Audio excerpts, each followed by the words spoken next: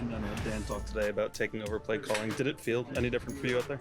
I mean, like the flow and stuff, like I feel like it was just, I mean, you didn't know what we were gonna run. I think, it's knowing when to go and when to pull and push and pull and push and pull. And to be honest, it's kind of one of his best traits as a leader, and not to, cross leadership and play calling, but knowing kind of when the shot feels right and when the run feels right and when to switch the run and when to do that. Like, it's really hard. And I think it's a lot of feel. It really is just a lot of feel. You can't really teach it. You can't really learn it. And he did a great job with that. That was Jahmyr Gibbs and Jared Goff on Dan Campbell calling plays. I thought they were pretty blunt. I agree. Well, I was expecting I'm not going to say anything. Right. I don't want to, make my offensive coordinator John Morton mad. Right. You thought you would kind of get that kind of thing, but they basically told you, like, yeah, it was different. This is the beauty of this. It's hard to put it in words. Like, you ask me all the time. We just had a conversation. Why don't they shift in motion more? Why don't they do that stuff? Because the great ones just have the ability to coach it, right? Be creative with it, right? Coach it to a point where, like, hey, you're lined up here. We're going to get a different formation. Don't forget the play, right? So there's all of that. They have the great way of doing that. And then it is the feel. We talk about so many times, right, where, like, they all have the same plays for the most part. Right. Other than a few wrinkles every game, it's how you call it. It's the sequencing. It's the feel of the game, how you set it up. And I think that's what you heard, like Jahmyr Gibbs go, yeah, just the flow felt better. Because I think there was a purposeful attack. I think that's what it is. And you heard Jared Goff kind of say, yeah, you can't really teach it. Right, and that's what, like, Andy Reid and McVay and Shanahan and Ben Johnson and Shane Steichen all have. They got to feel, right, as far as, like, hey, I'm doing this. I've done this a few times. They're about to overplay it. Now I'm going to screw them over, right? That's a gift. Just like it's a gift when Jamison Williams runs 4-2 with 4 rockets up his ass. That's a gift. And that's what Dan Campbell has. So, you don't know. And what was the other thing Jahmyr Gibbs? Like, you don't know. He said he didn't know what we were going to run. Right, exactly. Which that's the biggest compliment you can give a play caller. And that's what it looked like. I mean, you saw my notes. My first thing was first drive feels like more personnel sets, more motion right away. Very apparent, right? Those are the first things I saw. Want to hear the difference? Yeah, let's hear it. So they ran 70 offensive plays in this game. They ran motion on 46 of them. The 8 games before this, their whole season, they were averaging 33 plays with pre-snap motion. Right. So 13 more plays on a per-game basis with pre-snap motion. And the other thing I'd love you to check while I talk and filibuster here a little bit too is the personnel sets.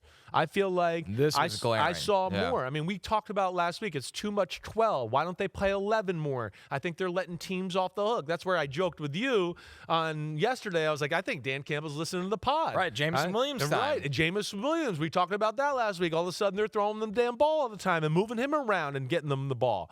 But yeah, so that to me was another thing that jumped out was I went, ooh, there's shifts in motions, but like, oh, this is 11, this is 21. Oh, they're back to 12. Oh, now it's 20. It's 2 backs, no tight ends, and 3 receivers. Oh, now it's 13. It's 1 back and 3 tight ends. So that to me was another aspect with the shifts and motions where, again, they were not letting the play caller on the defensive side of the ball for the Commanders ever feel like, oh, okay, they're doing this to us over and over and again. And that makes it hard on, of course, the defensive coaches on that side of the ball. So they were in 11 personnel in this game, 47 of their 70 offensive snaps. That is over 67% of the game. That's high for them. I'll pull up the exact difference, right? But just like studying the personnel groupings over the years and trends, that's very high for them. They're typically one of the teams that plays the heavy tight end sets as much. It's them and the Ravens every year, and right. 21 and 13 and 12. Yeah, right. Yeah. So yeah, I like those sets. You know that. We just talked about the Rams doing it. Right. It's cool, but I think their teams are made for 11. They're made for 11 with the personnel. They have the personnel. And yes, whoever that third receiver is, we know we got 2 that are amazing. But then, okay, yeah, Khalif Raymond, he does this little aspect. Okay, Tesla, he does this little aspect, right? Whatever. And you have your 11 personnel sets to where you go, okay, we're going to put Amon-Ra St. Brown in here now in the slot. So now let's put Jamison Williams and Tesla on the outside. Okay, now on this 11 personnel, let's put Amon-Ra and Jamison Williams outside, and now we can put Khalif Raymond in the slot, right? And we can do different things in our offense that way. And they're too talented. They're too scary, all of them, to keep them off the field so much. And like, they can still run the ball out of those sets. So that's the key. Right. So I brought up how in this game they ran 11 personnel over 67% of the time. The previous games before this, they were only running 11 personnel 52% of the time. The problem they were having is they were only running the ball out of 11 personnel 26% of the time. So when they're in 11 personnel, they're like, well, now we can't run the ball. Yeah. So that's what, at least under Morton. And I'll tell you what they ran out of in this game. I know it was significantly higher. So the point is, Dan Campbell's trying to find the button of, well, here's the personnel that they're not ready to game plan for, but we can still fall back on our meat and potatoes. Exactly. Which is the run game. And I think that goes back to what Jameer Gibbs said. They didn't know when we were going to run. I think so.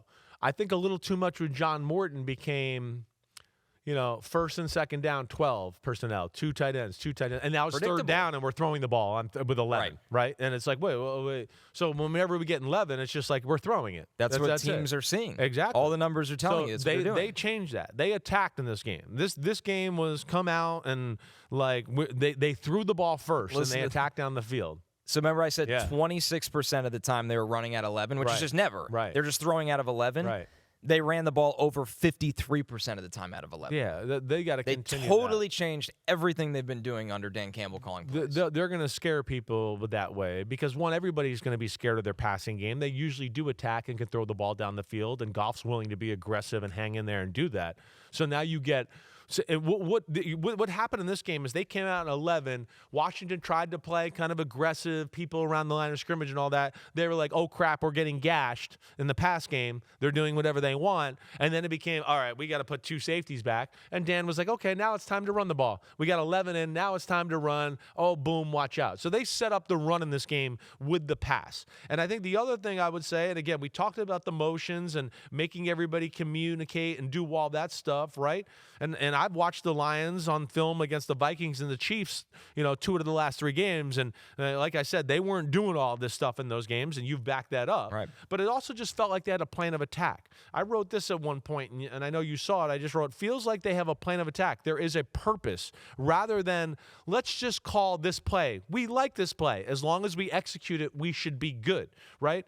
Between the run game, the play action, the drop back route combos, it felt like the Lions were like, hey, they're not very sound at the second level. When they get down in there and the safeties get down or whatever, right, they're not very good at passing things off. They're not good at man-to-man. Right. We know that already, right? And I felt like there was a concerted effort to kind of attack that part. Like the Jameer Gibbs touchdown you saw, right? They kind of had a crosser and somebody else go, and then he split the middle of it, and they were like, oh, yeah, look, you messed it all up. You didn't pass it off right, and now he's wide open running down the middle of the formation for a touchdown, right? That's what it felt like. It was a lot of, hey, Washington's over-aggressive. Like, let's give them a little dingle-dangle over here, and the linebackers are fast flow, and then, boom, we'll just throw it over here, right? There was a lot of play action. We're going to fake the run. We're going to fake a reverse, and then we're going to come out, and boom, and they're all over the place running. So to me, it felt like there was something substantial that they were like, we can attack this.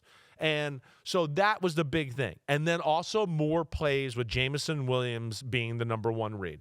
When they ran play action, it felt like there was more of an emphasis on we're running play action, and Jamison Williams is the number 1 read.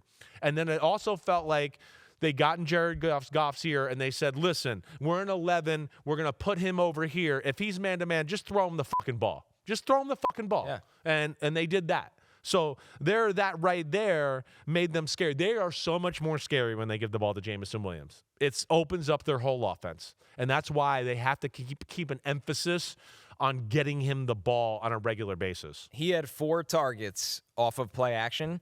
He caught all 4 of them for 91 yards. There you go. Okay. Basically, is unstoppable off play action. Yeah. Because if you lean forward once and keep your head up behind the line of scrimmage, you can't run with him.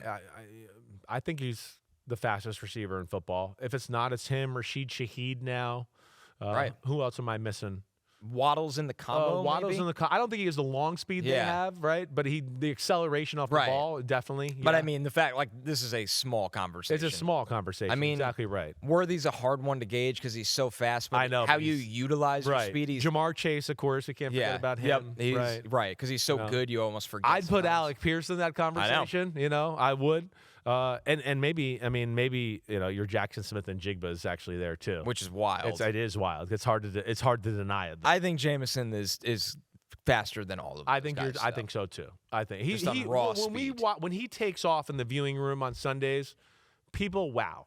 Right. There's always people that go, oh my gosh, right? I mean, every week. He caught that one ball up the sideline in this game and ran up the sideline. Yeah. I mean, there was gasps in the room, like, whoa! Like, I mean, he catches people by surprise. It looks different than everybody else. They got to keep doing that, right? And then they are another team where they're aggressive, like we talked about with the Rams, play action, aggressive. They tell them, hey, we're going to be aggressive, throw the ball down the field. But they play this coverage, just look down there and then come underneath. So they throw the ball short with still an aggressive frame of mind as far as trying to go down the football field.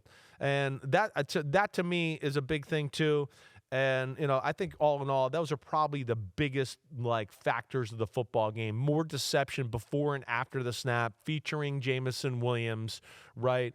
And more 11 personnel was definitely a better look for the Detroit Lions offense. A side question to put a bow on this. Yeah. What does a offensive coach do when he's stripped of offensive play calling? What is the week like for him? Yeah. He's still doing the same stuff. Right, because you're installing and practicing. You're just not calling it. He's just not calling it.